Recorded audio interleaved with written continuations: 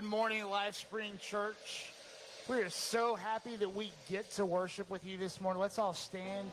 We're going to worship God. The word says, where the Spirit of the Lord is, there is freedom. I want to invite you to be free with your worship this morning. We know the Spirit was here long before any of us got here, and God has plans to do big things in our lives. If you've chosen to join us online or you're here with us, you're part of the family, and we want to say welcome home as we begin worship this morning. Worship with us.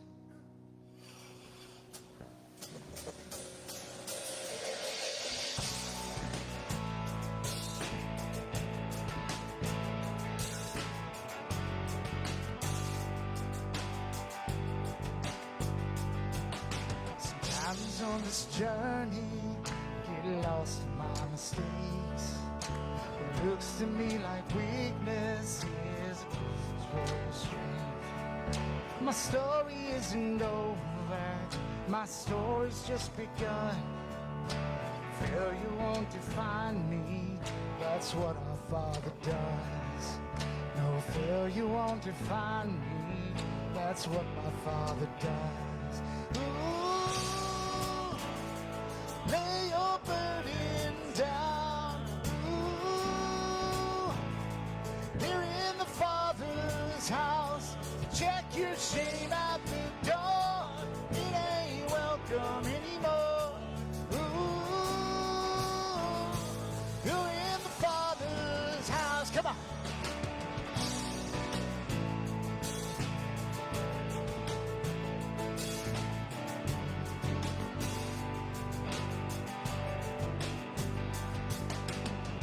It's not the end game, the journey's where you are. You never wanted perfect, you just wanted my heart. And the story isn't over if the story isn't good. Failures never find a way in the Father's room. Come on. Well, failures never find a way in the Father's in the room. Burdens down. Ooh. Here in the Father's house, check your shame at the door, 'cause it ain't welcome anymore. Ooh. You're in the Father's house.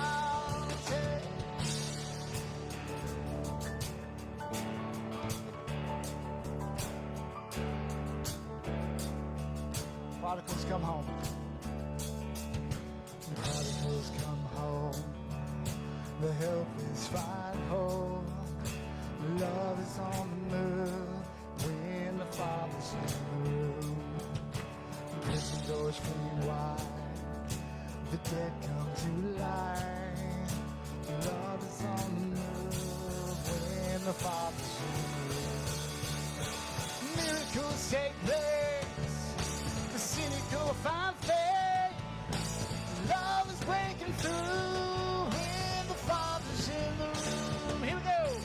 Jericho walls are breaking. Strongholds now are shaking. Love is breaking through when the Father's in the room. Love is breaking through when the Father's in the room. Burdens down. Ooh. Here in the Father's house, check your shame out the door, 'cause it ain't welcome anymore. Ooh. You're in the house. Let's hear the voice. Ooh. Lay your burdens down. Father's house, check your shame out the door, 'cause it ain't welcome anymore. Ooh, oh, you're in the Father's house. Ooh, lay your burdens down. Ooh.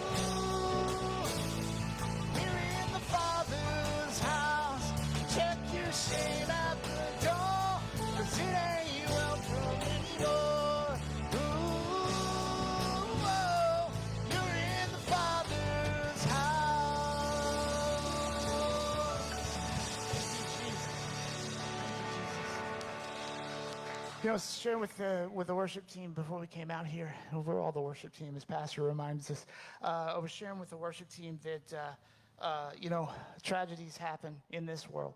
And this world has a mind of its own. And, well, it's a mind that was adopted that the enemy brought about. Jesus has a wisdom in all of this. And Jesus, God, does not waste time. And even when it feels like we're in the depths, in the lowest possible place we can be in, God is not wasting time. And God has not forgotten you. God is not, He has not abandoned you. God is working in you what is right and what is good for your salvation. Because our goal here this morning is to worship our Creator. Our goal here this morning is that we know Him more. Our goal here is to be the church for people who don't know Him, for a world that is, the world is dying and in desperate need of a Savior. In desperate need. So I want to invite you this morning, if you don't know Jesus, if you don't know who we're singing about, if you don't know who the Father is, you're going to meet Him this morning, and you have an opportunity, and God hasn't wasted time. So if you're visiting this morning, God hasn't wasted time in bringing you here. If you're watching online, God's not wasting time. Go get your neighbors and bring them in. God is not wasting time. God has something for you, or you wouldn't be here. Amen.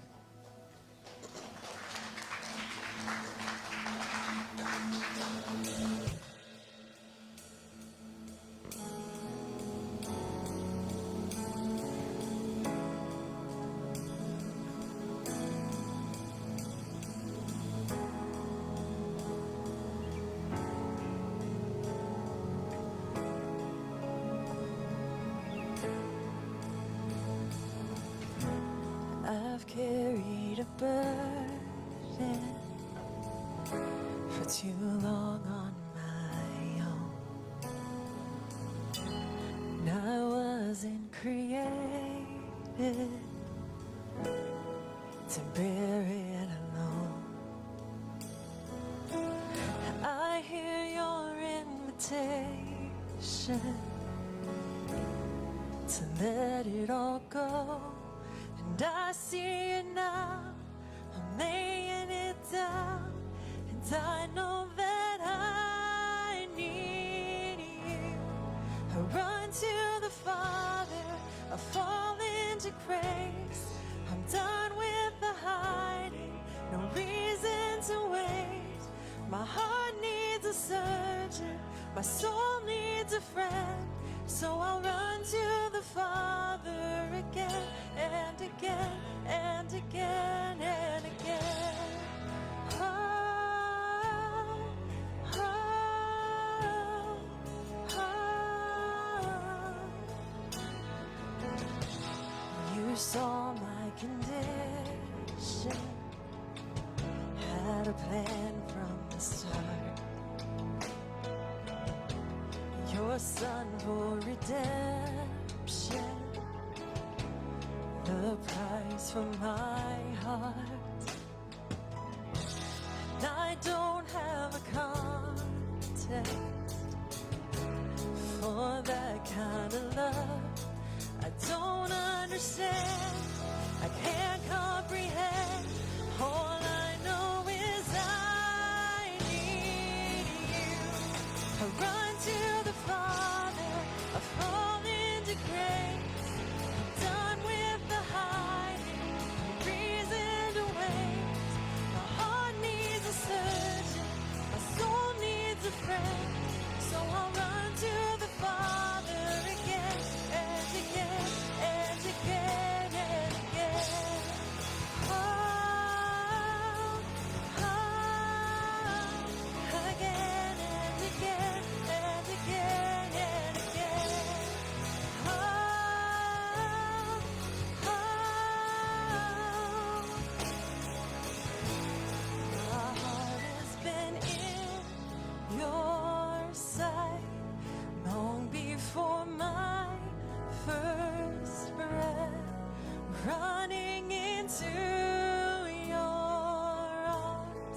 is running to life from death. And I feel this rush deep in my chest. Your mercy is calling out. Just as I am, you pull me in. And I know I need you now. My heart has been in your sight long before my first breath. Running into your arms is running to life from death. And I feel this rush deep in my chest. Your mercy is calling out. Just as I am, God, you pull me in. And I know I need you now. I run to the Father, I fall into grace. Done with the hiding, no reason to wait. My heart needs a surgeon, my soul needs a friend. So I'll run to my Father again and again. Run to the Father, I fall into grace. Done with the hiding, no reason to wait. And my heart found a surgeon, my soul found a friend. So I'll run to you, Father, again and again and again and again. Oh, again and again and again and again. Oh,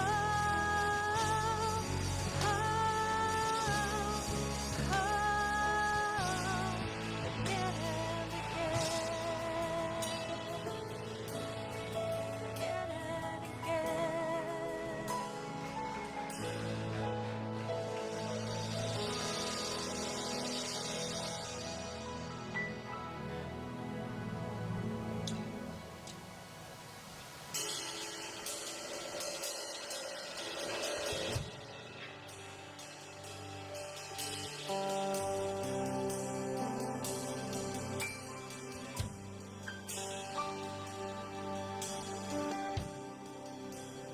Sing this. Amazing grace, how sweet the sound that saved a wretch like me. Let's hear your voices. I once was lost, but now I'm found. Was blind, but now I see. 'Twas grace that taught my heart to feel, and grace my fears relieved. Precious dear, that grace be the hour I first believed. My chains are gone, I've been set free. My God, my Savior has ransomed me. And like a flood, His mercy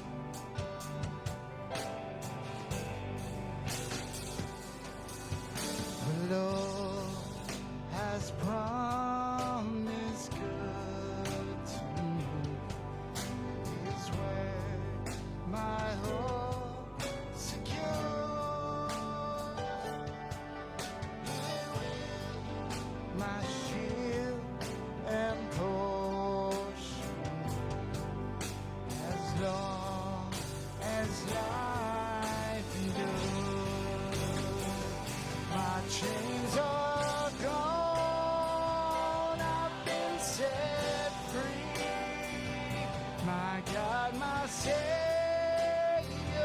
has ransomed me, and like a flood, His mercy reigns, unending love, amazing grace.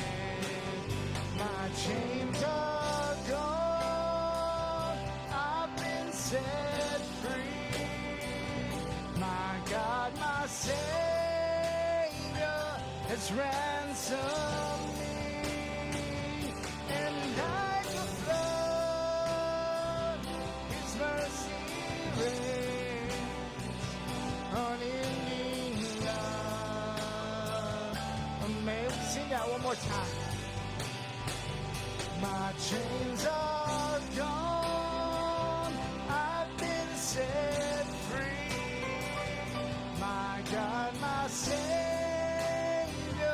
has ransomed me, and like a flood, His mercy reigns, unending love, amazing grace. The earth shall soon dissolve like snow. The sun forbear to shine. Thank you, Jesus.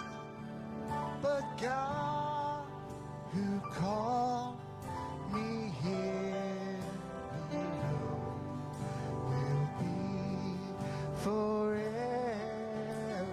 mine. Will be forever mine. God, you are forever mine. Thank you, Lord. Woo. Man, that's always a good one. I love that. I grew up in a church where we read out of the hymnals and stuff, and I loved that, but man, there's nothing like just hearing the musicians go at it, and you may be seated. Oh, it's just beautiful.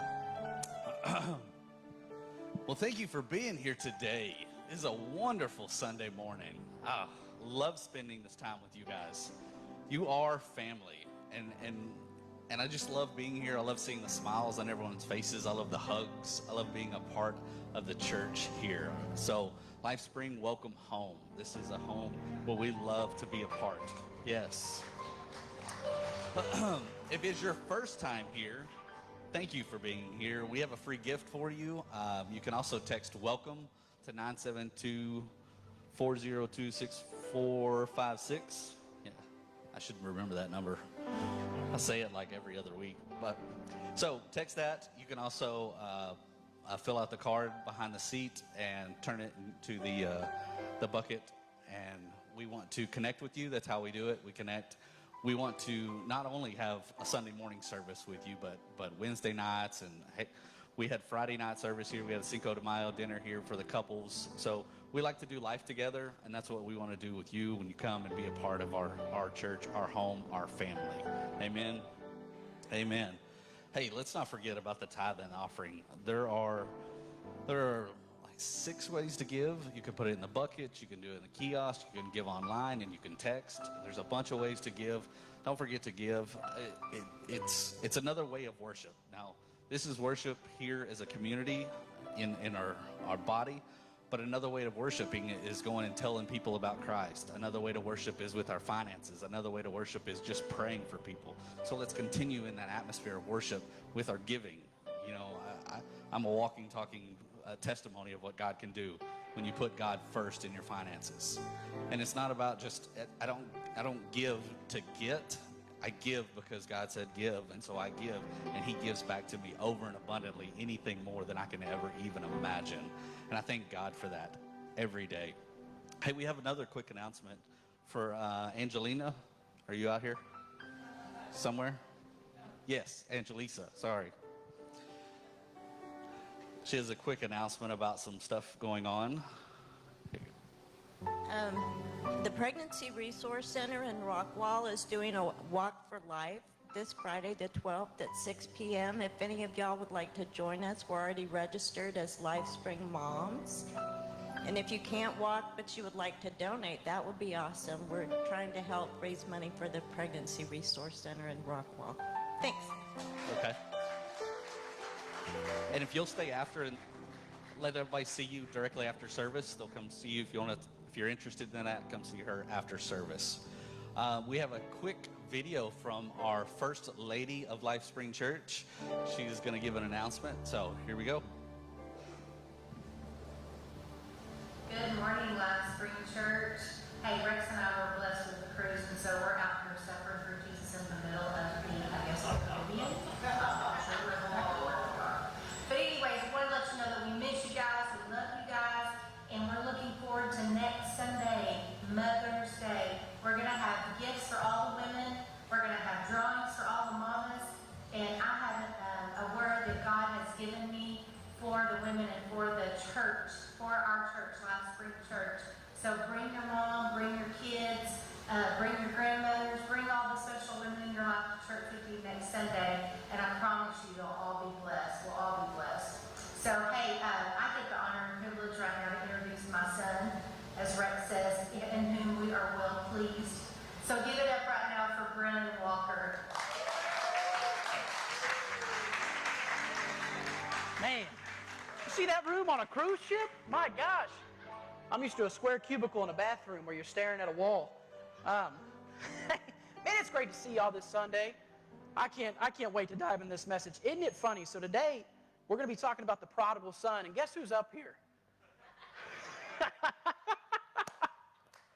Hey, let's open this word up with a blessing of prayer here. Heavenly Father, we just want to say thank you, Lord. Lord, thank you for allowing me to speak up here today, God. Thank you for allowing open hearts out here today. Lord, I pray you just bless us today. I pray you open every ear and open every heart. In Jesus' name, amen. Amen. Man, so let's talk about this. You got like John 3:16, right? Most iconic verse in the Bible.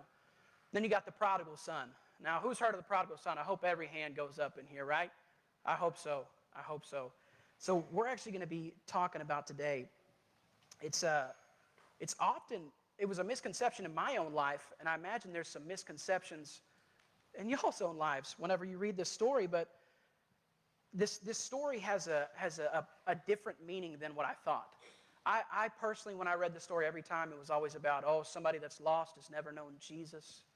They don't know, they've never found God, they've never had God. And actually the very beginning of this whole chapter outlines, and Jesus tells this basically sermon in a triplicate. Okay? So we start here today with some potent characters. I just want to kind of break down some characters for you guys. There's only 4 characters we're going to be talking about in these stories. One is the Father, right? Anytime you're talking about the Father, we can always guess that's God. Hands down, right? Second, we have the prodigal son. Prodigal son is going to represent not people that have never known God, but the prodigal son today is going to represent the de-churched. These people that have gone to church, they fell in love with God, and then just something bad happened. They had a bad experience. A person they didn't like cut them off on the highway, and they found them at church the next day. Something happened where it made them walk away from God. And it also talks about here complacent Christians, these relaxed Christians that we have all around us. Don't worry, I'm guilty of it too. And then we have the jealous son. The jealous son is this guy that, man, he loves his dad, and he loves his dad's attention so much, but he can't stand to see anybody else get it. He's this guy, these Christians that just, they see these people excelling, and they just want to rip them right back down with them. They see these people excelling and moving up in their life, and they're no longer complacent. They're no longer at base camp at the bottom of the mountain, and they just rip them right back down with them because they're so sad to see God pay more attention to them. All right. And then lastly, it's not in the PowerPoint, but the 4th person here is the servants. And the servants we're going to talk about today are God's angels. How many of us know there's just so many times where God just delivers us this beautiful blessing on a platter, straight from the hands of Gabriel himself. So those are our 4 characters today. So to kind of start this story off, we have a duke out, a little face-off between the Pharisees and Jesus. So we start off in Luke 15, and the Pharisees are basically making fun of Jesus. They see him out here. It says, now the tax collectors and sinners were all gathering around to hear Jesus. But the Pharisees and the teachers of the law muttered. Now, they don't get twisted. They didn't scream at him. They didn't boldly come forth. They muttered. You ever heard someone mutter before? I got a brother-in-law. We call him Mumbles all the time because he likes to mumble. So, muttered. I said, well, you know, these tax collectors, you suck. That's how they did it. They didn't come out boldly. They didn't approach, and that's always how Satan approaches us at first, is well, you suck. Kicking cans. So we see the Pharisees muttered. So this man welcomes sinners and eats with them. Then Jesus told them this parable. Suppose one of you has 100 sheep and loses one of them. Didn't he leave the 99 in the open country and go after the sheep until he finds it? Number one, I love what Danny was talking about up here. Jesus is not going to let you drown. He's not going to leave you hanging. He's not going to leave you unprotected. He's not going to leave you in a ditch. He'll leave that 99 just for you. Always just for you. It goes on to say, another story says, or take another illustration. A woman has 10 valuable silver coins and loses one.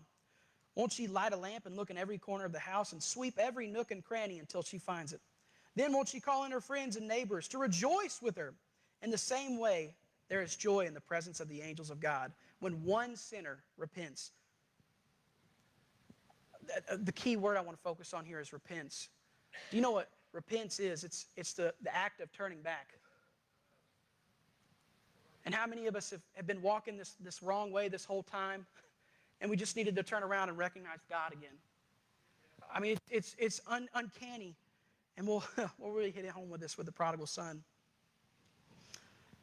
You see, so one of the important things as Christians we do, and it may not be you today that's de-churched. Obviously, I hope not. I really hope not. It may not be you today that's the complacent Christian. I really hope not. But it may be your friend. It may be a family member. Maybe somebody you're leaving out in the dark here that you're not helping along. Maybe you just need to be that support person. Maybe you need to just be a person of recognition for them. Somebody to point to. So lastly here, next we're going to talk about the 5 interactions of this prodigal son. So first here we have the father and the family. Now I want to point something out. I know a lot of you are probably reading along in your Bible and you're going, no. Brennan, this was just the father and the son. According to Jewish customs, a blessing could not be deliberated without the family present. Anytime a blessing was deliberated, it had to have the family present. You couldn't just deliberate to one son and move along. Everybody had to be there. Wife, kids, in-laws, anybody and everybody. So it says in Luke 15, 11 through 12, it says, to further illustrate the point, he told them this story. A man had 2 sons. When the younger told his father, I want my share of your estate now. Man, I'm hearing a lot of feedback. Is that just me? Really? Yeah, switch over. Hello? Oh, nice. Nice. You know, I like holding something in my hand too, you know? Helps me illustrate a little better. But it says, to further illustrate the point, he told them this story. A man had 2 sons. And when the younger told his father, I want my share of your estate now, instead of waiting until you die, his father agreed to divide his wealth between his sons. Now, we've already talked about God is the father in this situation. And sometimes we're just that prodigal son. And what we're doing is we're looking at God physically and we're just going, I wish you were dead. I wish you weren't even a part of my life. I got this. It's all me, God. How many of us have just taken that prideful scenario, we just take it all in and we say, God, it's just me. Man, I'm so glad I saved the day on that one. That was great. Man, I'm so glad that I saved my friend. That was awesome. Man, I'm so glad that I spread the word of Christ. I mean, I'm proud of you if you do all those things, but credit is due where credit is due. And unfortunately, it's not you. Let it be God. To God be the glory. So the son looks at him and says, I wish you were dead. And the father, I don't know about you guys, but if I told my father, I wish you were dead, the first step would be backwards. The first step would be backwards. The second step would be to turn around to run. And what does it say he does here? It doesn't say, he says, well, son, that just earns you a timeout. Son, I'm going to have to spank you. Well, son, you wish I was dead? You're under my roof, my rules. Get on out. No. He said he divided his property between them, between both sons. He said, you know what? That's fine. I wish you all the best. I wish you nothing but success, son. I hope you do so much better than I ever could. I hope you're perfect in every way, and I hope you are the greatest there's ever been in whatever you go into. That's what the Father does for us every single time. Every time we spit at him, every time we mock him, that's what the Father has in store for us. He has nothing but blessings. So next we come back. Prodigal son comes into it and he gets all this blessing, all this money. Like any young kid with money, he blows it.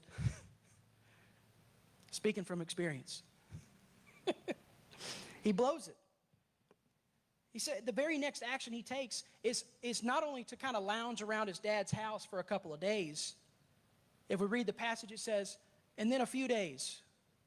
And then a few days went by. Do you imagine if you looked your father in the eye and said, I wish you were dead, had a family meeting about it, your father agreed, and then you just decided, well, I'm going to go take a nap, Dad. No way. No way, Jose. It says, a few days later, this younger son packed all his belongings and took a trip to a distant land. And there wasted all his money on parties and prostitutes. About the time his money was gone, a great famine swept over the land, and he began to starve. He persuaded the local farmer to hire him and feed his pigs. The boy became so hungry that even pods he was feeding to the swine looked good to him, and no one gave him anything. I want to back this up just a little further here, because every time when we sell our soul to the world, what do we get in return? Just a whole lot of nothing. Whole lot of nothing. In Matthew 16, 25 through 26 says, it's for whoever wishes to save his life in this world will eventually lose it through death. But whoever loses his life in this world for my sake will find it. That is life with me for all eternity.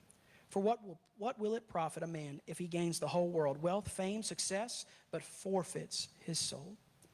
Or what will a man give in exchange for his soul? Here the prodigal son just reaches straight for the world. In the same way we reach, we just go so far out, we just start reaching and just hoping and praying we can latch onto something.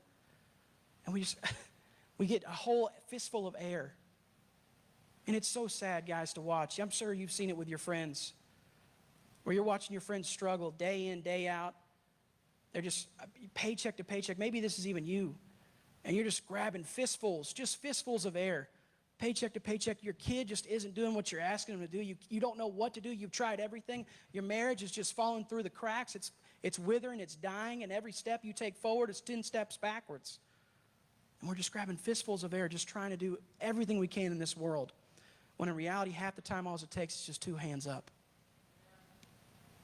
It's just 2 hands up. I can't tell you the amount of problems. I used to love hearing this story, but my great-grandfather, J.C. Hibbard, anytime he would do marriage counseling, what he would do is he would tell the couples, I want you to sit in this room and pray for an hour. I just want you to pray right here. And I want you just to pray with each other. Pray separately. I don't care, but pray. And just pray for this hour. And just seek God's presence. And find him. And you know what happened after prayer? Amazingly enough, problems started getting solved. Isn't that something? Quit reaching for those fistfuls of air. Quit digging in the swine and the slop. Quit digging in it. You deserve better. The third interaction here we see is we have the prodigal son and the father. See, this was just a private intervention here. We see it says, when he finally came to his senses, he said to himself, at home even the hired men have food enough and to spare. Here I am dying of hunger. I will go home to my father and say, Father, I have sinned against both heaven and you, and am no longer worthy of being called your son. Please take me on as a hired man.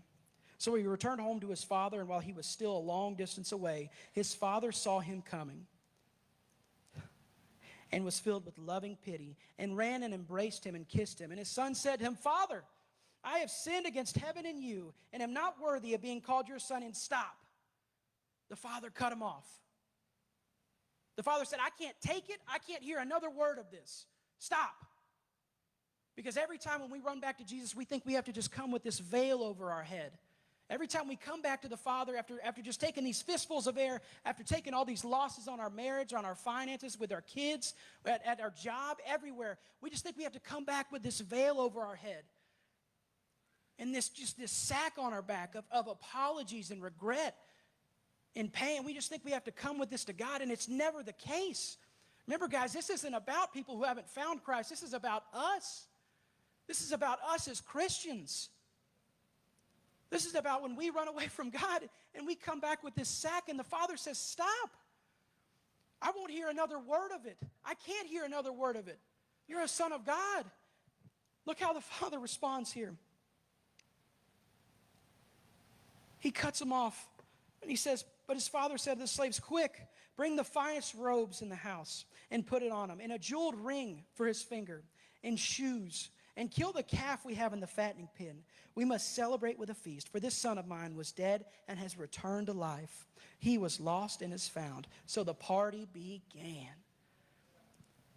Because when the Father cuts you off, when you're sitting there ragging on yourself, you're saying, God, I don't deserve it. I've been a terrible husband. I've been a terrible mother. I've been a terrible wife. I'm a terrible employee. I can't do anything at my job. My boss is always nagging me because I'm just lazy. God just says, stop. God, I'm a terrible Christian. I just don't even deserve to be called your son. Stop. Why would you ever say those things about yourself? I don't think that. God would never think that about you. He's always in the trenches with you. Always. The Father puts a robe on him to restore his identity, to give him back what he once had. Because remember, the son was willing to come back as a simple slave. If I just get hired on and pick some grapes, if I just get hired on and set the table every night, maybe I can eat. He says, oh, no, stop. Here's your robe. You're my son. He gives him a ring for his authority. To say, you're my son. You should carry that authority. You should carry the authority of the Father, of God. To be able to tell Satan no. To be able to tell the world no and stamp it into place. Back then, the authority was held in the pinky ring. It was called a signet ring. And what you would do is you would burn a little bit of the oil, or it was candle wax. There you go. And you would just stamp your pinky on it with your ring. And you know what that signified to anybody and everybody? That was from you and authorized by you. He got his authority back, and he gave him shoes. Something to go to carry out on about. Something to go and carry out his work. To do his due diligence. To go out into the world and finally be a son instead of a slave or a guy eating slop. But 9 times out of 10, we just want to come back and be a servant. Guys, quit getting on all fours and eating slop, and start getting on all fours and asking God. Quit eating the slop. I guess I'll just be stuck with this anxiety forever. And it's delicious, God. God, I guess I'll just be stuck with this depression forever. And boy, does it taste all right. God, I guess my kid will just disobey me and do whatever he can. God, I guess my husband will just stop caring about me completely. Quit eating the slop. Quit eating it. There's no reason to eat it. And some of us as friends are spoon-feeding it to our friends. Some of us as Christians are sitting there dipping a spoon and going, here, you haven't had enough of it yet. Take some of this anxiety. Oh, try some. What you need is just a little bit more time is all you need. Well, you just need to go to that person and try and solve things. Maybe you go to God first. Maybe you point your friends somewhere else first, to God, to church, to small groups. Maybe you point yourself to church, to small groups. Maybe you point yourself back to God. Quit spoon feeding that slop, guys. It tastes disgusting. Let's have a party. Let's go in there. Let's eat the fatted calf together. Let's enjoy this. And lastly, I've always wondered, God, you could have just cut the story right there. It's a great story just in itself. Great story. A son coming home to his father, to a loving father who restores him, has a party, and let's just end it there. But God says, wait, there's one more I want to talk about. There's one more. And it's this jealous son, because guys, I hate to break it to you, but you're going to have friends that are going to try and rip you down. You're going to have these complacent friends. Brennan, why would I go to a small group? Me and God are tight. I don't need to do anything extra at church. Why would I serve? Me and God are cool. I'm living a great life, Brennan. If I were to change anything, God would just be mad at me. You get so happy on this beautiful view on this mountain that you have, and it's gorgeous. You have a nice breeze every day. You wake up, you have your coffee, but you realize you've been sitting in that same spot on the mountain for 12 years, and all your friends are up there. All your friends are climbing past you. Or maybe you're that friend that's climbing past you, and they're going to get angry with you. And they're going to be mad. We had such good times. We enjoyed each other's company right here on the mountain, just right here. Why can't we just stay there together? You remember we laughed and we had fun? You're not meant to stay there, guys. The peak is so much more beautiful. There's such a better breeze up there. The view is 10 times more gorgeous. Keep climbing that mountain. Don't let your friends drag you back down. This jealous brother, let's hear what he has to say. It says, meanwhile, the older son was in the fields working. And when he returned home, he heard dance music coming from the house. And he asked one of the servants, what was going on? He said, your brother's back, he was told. And your father has killed the calf we were fattening and has prepared a great feast to celebrate his coming home again unharmed. The older brother was angry and wouldn't go in. This makes me, I always think of this time, and we're in this beautiful golf course. It's where they played the U.S. Open in 2022. My dad got us a spot out there to play a little round, and it's the most beautiful golf course. It's built into mountains. It's got the ocean right there, and one of the holes, you got to hit right over the ocean and onto the green. I love golf, guys, but that course is beautiful. But you know why I couldn't enjoy the course? It's because my sister had a one-stroke lead on me, and I wouldn't let it go. And I just wouldn't let it go. And my gosh, that one-stroke lead was just eating at me all the way through 18, through lunch. I sat there with an avocado, lettuce, and tomato sandwich in pity and anger because I was so mad that I lost to her by one stroke. A beautiful course. There's pictures of it. People blog about it. People dream to play it. And I'm just angry the whole time. Spoon feeding myself some slop. The whole time. And I couldn't be happy that my sister had won. I couldn't be happy that my dad had paid who knows how much to play this course. Couldn't be happy with any of that. I couldn't be happy that they were climbing this beautiful mountain together and enjoying themselves at the peak because base camp was just so fun for me. This jealous brother says the same thing. Says the older brother was angry and wouldn't go in. His father came out and begged him, but he replied, all these years I've worked hard for you, and never once refused to do a single thing you told me to. In all that time, you never gave me even one young goat for a feast. At the very beginning of the story, who did we divide our inheritance up in between? The sons, both of them. They both got a blessing. And him being the older brother got double what his brother did. That's where jealousy leads us. You just can't enjoy a beautiful round of golf because you're one stroke behind. It says, you never even gave me one young goat for a feast with my friends. Yet this son of yours comes back after spending your money on prostitutes. You celebrate by killing the finest calf we have on the place. And I get it, guys. I get it. Your anger could be as justifiable and as rational as you want to make it. Just as easily rationalized in your head as you want to make it. It's easy to understand why he's upset. Here you got this dummy over here who came back home with no money, and he left with all the money, a third of it. And you're going to reward him for it? I don't know about y'all, but in my household, that'd be worth about 5 spankings. His father says, look, dear son, you and I are very close, and everything I have is yours. But it is right to celebrate, for he is your brother, and he was dead and has come back to life. He was lost and is found. This same way God feels about you.